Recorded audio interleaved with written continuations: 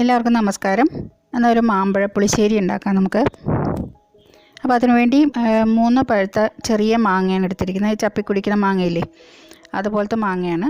അത് തൊലിയെല്ലാം കളഞ്ഞിട്ട് നമുക്ക് ഒരു പാത്രത്തിലിട്ട് കൊടുക്കാം. എന്നിട്ട് ആവശ്യത്തിന് വെള്ളം ഒഴിച്ച് കൊടുക്കുക. അതിന് മീതെ നിൽക്കുന്ന രീതിയിൽ വെള്ളം ഒഴിച്ചാൽ മതി, അധികം ഒഴിച്ചു കൊടുക്കണ്ട. 1/4 ടീസ്പൂൺ മഞ്ഞൾപ്പൊടി, 1 ടീസ്പൂൺ മുളക് പൊടി, ആവശ്യത്തിനുള്ള ഉപ്പ്, 2 പച്ചമുളക് എല്ലാം കൂടി ചേർത്തിട്ട് നമുക്ക് വേവിക്കാനായിട്ട് വയ്ക്കാം. ഇനി അരപ്പിന് വേണ്ടിയിട്ട് കുറച്ച് തേങ്ങ, പച്ചമുളക്, കുരുമുളക്, സ്വല്പം മഞ്ഞൾപ്പൊടിയും കൂടി ചേർത്ത് നന്നായിട്ട് പേസ്റ്റ് പോലെ അരച്ചെടുക്കണം. അപ്പോൾ ഇതിവിടെ നന്നായി വെന്ത് വന്നിട്ടുണ്ട്. വെള്ളമൊക്കെ കുറച്ച് വറ്റി. ആ സമയത്ത് നമുക്ക് അരപ്പ് ചേർത്ത് കൊടുക്കാം. ആ പാത്രം കഴുകിയിട്ടുള്ള വെള്ളം മാത്രം ഒഴിച്ചു കൊടുത്താൽ മതി, കൂടുതൽ വെള്ളം ഒഴിക്കണ്ട. നമുക്ക് തൈര് ചേർത്ത് കൊടുക്കാനുള്ളതാണ്, അതുകൊണ്ടാണ്.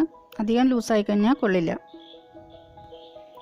ഇനി തൈര് നന്നായിട്ട് ഉടച്ചെടുക്കുക. മോരിൻ്റെ പാകത്തിൽ ആക്കണ്ട, ഒരു ഇത്തിരി കുറുകിയിരിക്കുന്ന രീതിയിൽ എടുക്കുക. അപ്പോൾ നന്നായിട്ട് തിളച്ച് വന്നിട്ടുണ്ട്. തേങ്ങ ചേർത്തിട്ട് നല്ലോണം തിളച്ചുകൊണ്ടിരിക്കുമ്പോൾ തന്നെ തൈര് ഒഴിച്ചു കൊടുക്കുക. തൈര് ഒഴിച്ചിട്ട് പിന്നെ തിളപ്പിക്കരുത്. നല്ലോണം ഒന്ന് ചൂടായിട്ട് ഒന്ന് ചെറുതായി പതഞ്ഞു തുടങ്ങുമ്പോൾ ഓഫ് ചെയ്യണം. ഇനി അതിലേക്ക് കടുക് വറുത്ത് ഇടാനായിട്ട് വെളിച്ചെണ്ണയിലാണ് കടുക് വറുക്കുന്നത്. വെളിച്ചെണ്ണ ചൂടാകുമ്പോൾ കടുകും ഇട്ടു, ഒരു 1/4 ടീസ്പൂൺ ഉലുവയും കൂടി ഇടുക.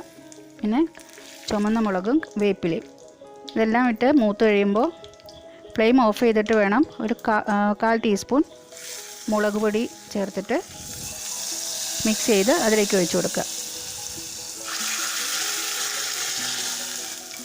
ഇപ്പോൾ തന്നെ ഇത് ഇളക്കിയിട്ട് വയ്ക്കണ്ട, നമ്മളൊന്ന് ഇതാക്കിയിട്ട് ഒന്ന് അടച്ചു വയ്ക്കുക. ഒരു 5 മിനിറ്റ് അടച്ചു വെച്ചതിന് ശേഷം തുറന്നിട്ട് നന്നായിട്ട് ഇളക്കി കൊടുക്കുക. ഇപ്പോൾ 5 മിനിറ്റ് കഴിഞ്ഞു. ഇപ്പോൾ ഇതൊരു കുറച്ച് ലൂസായിട്ടുള്ളൊരു കൺസിസ്റ്റൻസിയാണ് ഇപ്പോൾ. അത് നന്നായിട്ട് തണുത്ത് കഴിയുമ്പോൾ ഒന്നുകൂടി കുറുകി വരും. അങ്ങനെയാണ് ഇരിക്കേണ്ടത്. കുറുക്കുകാളൻ പോലെ അത്ര കുറുകിയിരിക്കണ്ട. ഇതൊരു ഒഴിച്ചുകറിയാണ്. അപ്പോൾ ഇതെല്ലാവർക്കും ഇഷ്ടപ്പെട്ടു എന്ന് വിചാരിക്കുന്നു. വീണ്ടും കാണാം.